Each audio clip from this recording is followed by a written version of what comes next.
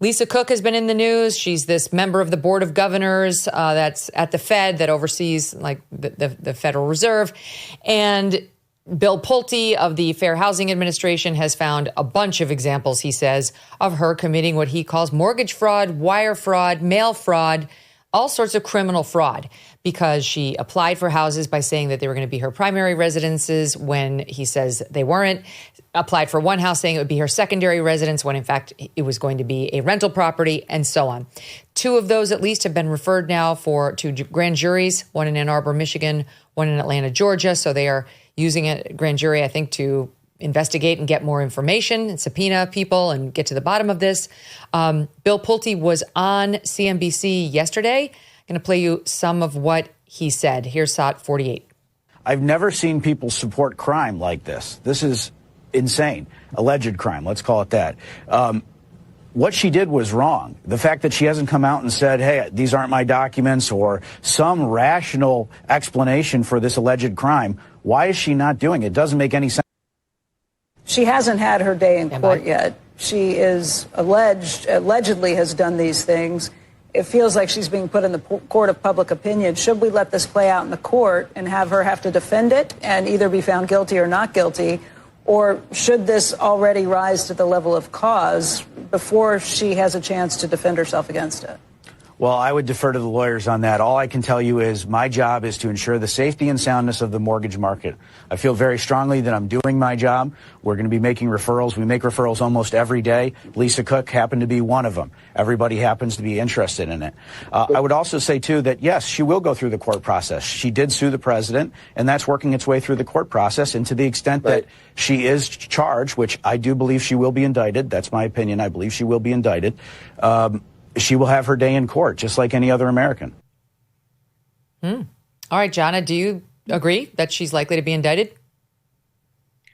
I agree that these types of crimes are easy to prove. They are paperwork crimes, so not hard. So will she be indicted? There's a very good chance. I will also say that when you are a public servant, do not cry a river when you are put through the court of public opinion. You are a public servant. And I would like to know, where is the playbook? Because there must be one. There must be a secret playbook on how to get rich by being a public servant. There must be a playbook on how to commit mortgage fraud, because this isn't the first, right? There's a long, what's turning out to be a long list between Letitia James, Shifty Shift, now her.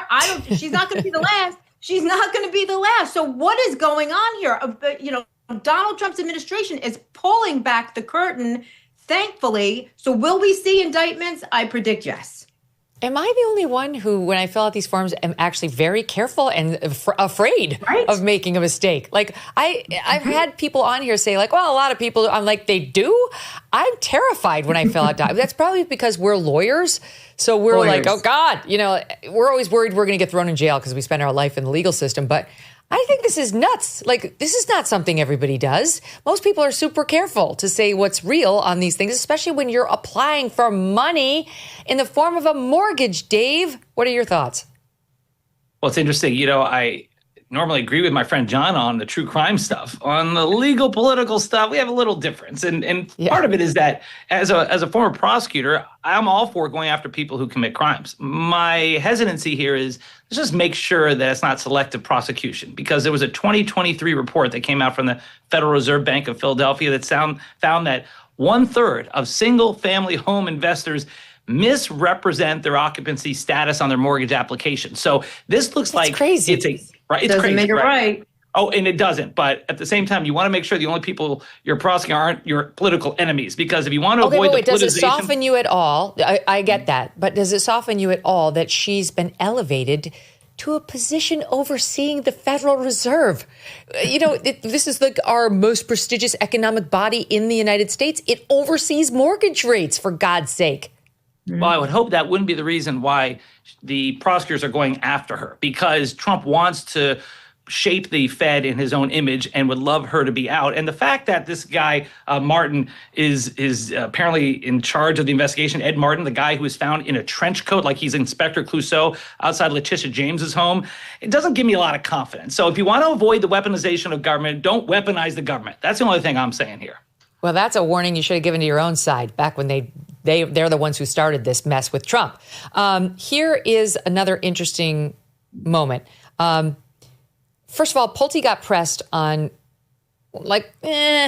mortgage fraud. And he had a very good answer. Here it is, Top 49. I don't think your primary role at what you're doing now is to seek out and find mortgage fraud. That's completely false. That's completely false, Joe. That's completely false. My job, and I swore an oath before the Senate and otherwise, that I would root out mortgage fraud and that I would ensure that there's safety and soundness in the mortgage market. The idea is that it might be one-sided. Joe, I got to finish. Okay. All right, I got to finish. In 2008, the Housing and Economic Recovery Act was passed and gave enormous authority to this position in which I sit. It didn't happen by accident. There was a housing crash. A big part of the reason that there was a housing crash was because people were buying mortgages and engaging in mortgage fraud. So I'm not going to be intimidated from pursuing mortgage fraud just because somebody has the special title of being a Fed governor.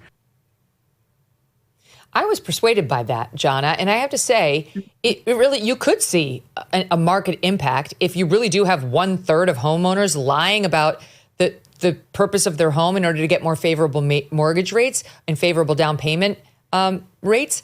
Like, the whole reason that they want you to tell the truth is that they can accurately assess the risk of giving you this loan.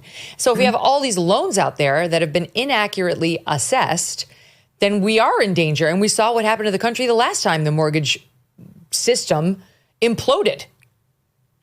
Yes, we did. So it's not like if somebody wants to point the finger at him and say, oh, you're just looking for political purposes. No, this actually is a crime, if you think about it, where everybody who hasn't committed it is a victim, right? Because it's going to affect your mortgage rate, my mortgage rate, no matter how many houses that you own. It's going to affect people who are going into foreclosure and bankruptcy and all this stuff. So we need to keep it even for the rest of us. It just adds insult to injury when the person who's basically partly responsible for creating the rates, et cetera, is the one, with her thumb on the scale, so to speak. What do you think should happen to her, Dave? I mean, I have a second home, and you know what I filled out when we got our mortgage for our second home? Second home, because I'm not a liar or a fraudster or a criminal. Why should she get this break on her second and third home that I didn't get, and nobody else who's telling the truth when they get their second home, if they should be so fortunate, got? Why? So what should happen to her? If she broke the law, I'm all in favor of holding people accountable who are breaking the law. Apparently, there were very few of these cases brought in 2024. I think 38 federal charges brought against these types. She's a serial mortgage fraudster, according to Bill Pulte and possibly the DOJ. She's serial. Yes, but you even saw Joe Kernan, who is a very tight ally with Trump and MAGA on CNBC. He was pressing that guy. And the reason why is that there is a skepticism amongst a lot of us that says, okay, you're going after Lisa Cook, you're going after Adam Schiff, you're going after Letitia James. If this is as common as you think it is, then where are the other cases? Or are you just going after Trump's political? There might be. That's the issue. I'll bet you there that he will bring some. I mean, there's rumors about Ken Paxton down in Texas. I don't know. Don't want to wrongly impugn him because I haven't heard that yet officially. But I think Pulte's a straight shooter. I actually believe you will see Republicans come under that same microscope. But listen, you can't have somebody in this sort of economic position of authority having committed multiple instances of mortgage fraud. Serial. And she's not denying them. Even her lawyer's alleged denial is she didn't commit fraud. He said on Tuesday in a court filing, she did not ever commit mortgage fraud. That is not the same, Jonna, as saying she did not say primary residence for two residences at the same time and misclassify a secondary residence, which was in fact a rental property. It's not a denial. It's a legal conclusion. It's not a factual denial.